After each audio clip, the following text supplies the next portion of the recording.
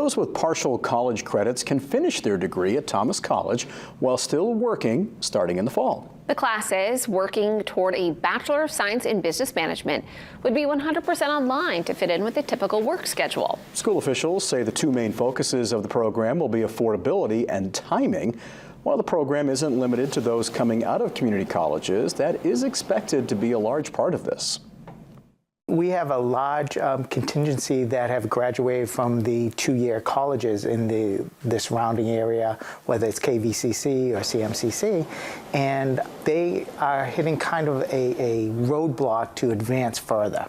So by doing this, we hope to allow the small businesses and the companies in this area to advance them in that. So it's a win for the companies in that they should become more profitable because the skill set would be better, and it's a large advancement for the individuals because they will gain greater salaries. If you're interested in the program, there will be a link on our website. Students can apply anytime.